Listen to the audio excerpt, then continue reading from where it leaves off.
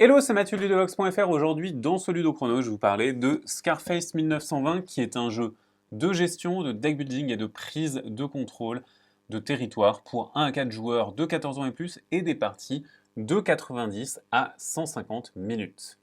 Dans ce jeu, les joueurs vont incarner un gang à Chicago dans les années 20, et donc on va tout simplement avoir ce gang et essayer de contrôler des lieux qui vont nous permettre de dépenser des ressources pour récupérer des dollars. Le but sera d'avoir le plus de dollars derrière son paravent à la fin de la partie. Une partie va se dérouler en 3 manches, et à chaque manche, les joueurs vont jouer jusqu'à devoir se regrouper. Lorsqu'ils se regroupent, eh bien, le marqueur va avancer, et lorsqu'il avance assez, eh bien, on va déclencher la fin de la manche, passer à la manche suivante, et ainsi de suite, jusqu'à ce qu'on ait joué 3 manches. Ensuite, on compte la fortune. Celui qui a la plus grande fortune, comme je vous le disais, remporte la partie. À son tour, qu'est-ce qu'on va faire? Eh bien, on va avoir une main, et donc on va avoir une main de 3 cartes au début de la partie. Et donc, on va planifier une action en jouant des cartes de sa main, et lorsqu'on aura joué des cartes de sa main, on va faire une action qui va avoir un certain nombre de points de force. Vous voyez qu'ici, mes associés, eh bien, ils vont avoir de la force, du muscle, mais également de l'influence. Donc ce sont les deux ressources qu'ils vont nous apporter, en plus de petits pouvoirs.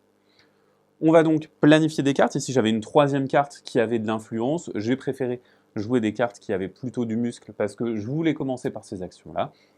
Je peux garder cette carte pour un tour ultérieur.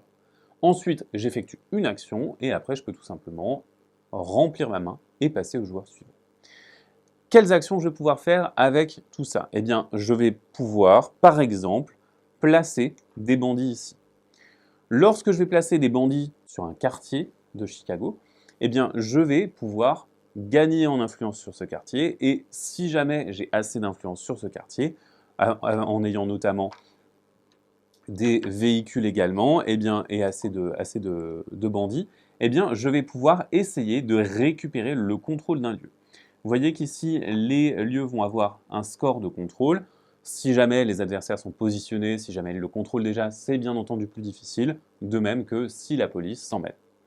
Et lorsque je parviens à contrôler un lieu, eh bien, je vais pouvoir stocker des ressources dessus, et je pourrai dépenser les ressources qui sont indiquées quand je me regroupe pour gagner le pactole, ce qu'il y a marqué dessus. Et donc c'est comme ça que je vais marquer beaucoup de points. Une fois que j'ai fait donc mon action planifiée, donc en fonction de la force que j'ai indiquée, je vais remplir ma main. Lorsque je remplis ma main, je vais la remplir à ma taille de main, qui est indiquée sur mon plateau de gang. Et donc ici, j'ai 3 cartes, donc j'en avais gardé une. Je pioche 2 cartes de ma pioche, je les intègre à ma main. C'est au tour du joueur suivant. Qu'est-ce qu'on va pouvoir trouver ici sur le plateau? Eh bien, on va avoir tout simplement la taille de main, comme je vous le disais. On va pouvoir récupérer, grâce à nos avocats, des personnes qui vont être en prison. On va également avoir des recrutements. Vous voyez qu'ici, sur mon plateau, je vais avoir 3 zones: le quartier général, les planques et les recrues. Quand on va faire des étapes de recrutement, on va tout simplement prendre une figurine et la placer à sa droite. Et donc, il va falloir décaler les figurines, d'abord les placer des recrues vers les planques et des planques vers le quartier général pour rendre ces recrues disponibles.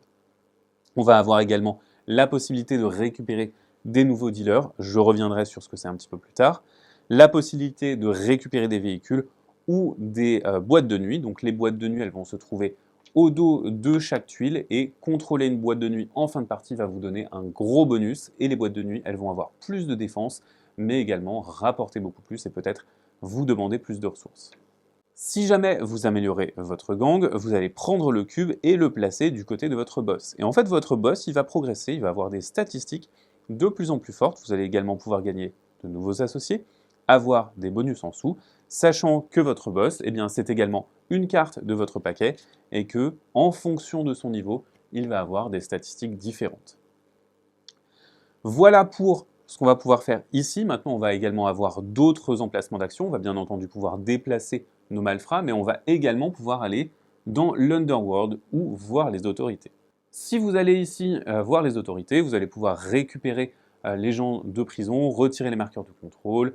Vous allez également pouvoir faire baisser votre marqueur de crime sur cette piste de crime, etc., etc.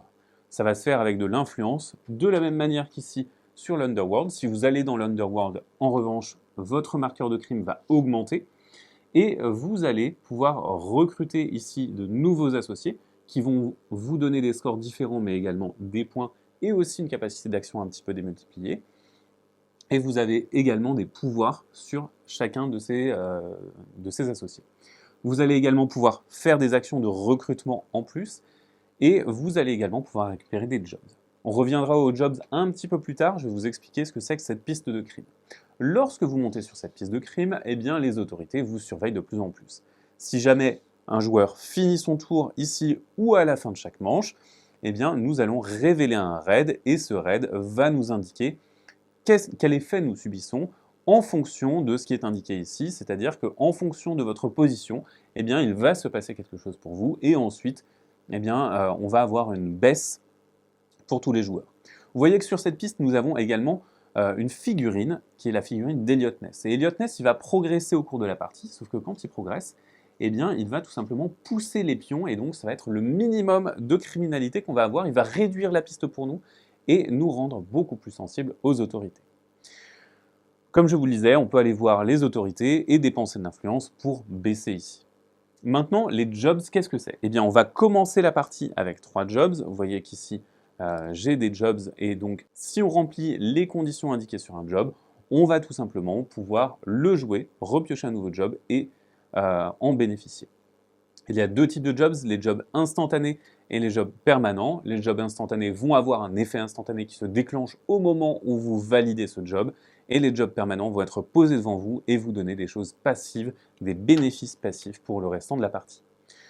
Une fois que vous n'avez plus de paquets, donc plus de cartes dans votre pioche et plus de cartes dans votre main, eh bien vous devez vous regrouper. Quand vous vous regroupez, vous récupérez tous vos bandits.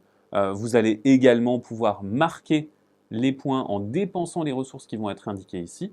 Mais attention, ces ressources, eh bien, elles vont être générées par les dealers, et elles vont pouvoir être stockées sur les dealers, mais également ici. C'est pour ça que vous allez essayer de récupérer de nouveaux dealers, d'activer ces dealers pour récupérer des ressources que vous stockerez peut-être sur des quartiers. Mais attention, bien entendu, vous allez pouvoir perdre le contrôle des quartiers si vos adversaires s'avèrent un peu menaçants. En tout cas ici, si j'arrive à dépenser 4 alcools, eh bien je vais pouvoir récupérer 19 $, je les récupère dans la réserve, hop, je récupère donc 19 $, je vais rendre la monnaie ici, et je me regroupe, donc je vais récupérer mes cartes associées, les remélanger en fait un deck, et je vais tout simplement avancer ici. Une fois que suffisamment de joueurs auront avancé, on va déclencher la fin de la manche, on déclenche un raid à la fin de chaque manche, et on va également révéler une nouvelle carte événement. On repasse ici, et une fois qu'on aura fait 3 manches, eh bien, c'est la fin de la partie. On va tout simplement compter les points. Pour compter les points, chaque joueur soulève son paravent. On va marquer des points supplémentaires pour la valeur de notre gang. On va additionner tout ça en un score. Celui qui a le plus grand score remporte la partie. Voilà pour Scarface 1920. C'est donc un jeu dans lequel on va construire son gang, non seulement avec son plateau gang, mais aussi avec ses associés, dans lequel on va essayer de contrôler des zones stratégiques, de faire produire à ces commerçants des ressources pour pouvoir marquer beaucoup de points. Voilà, maintenant c'est à vous de jouer, à bientôt sur ludovox.fr.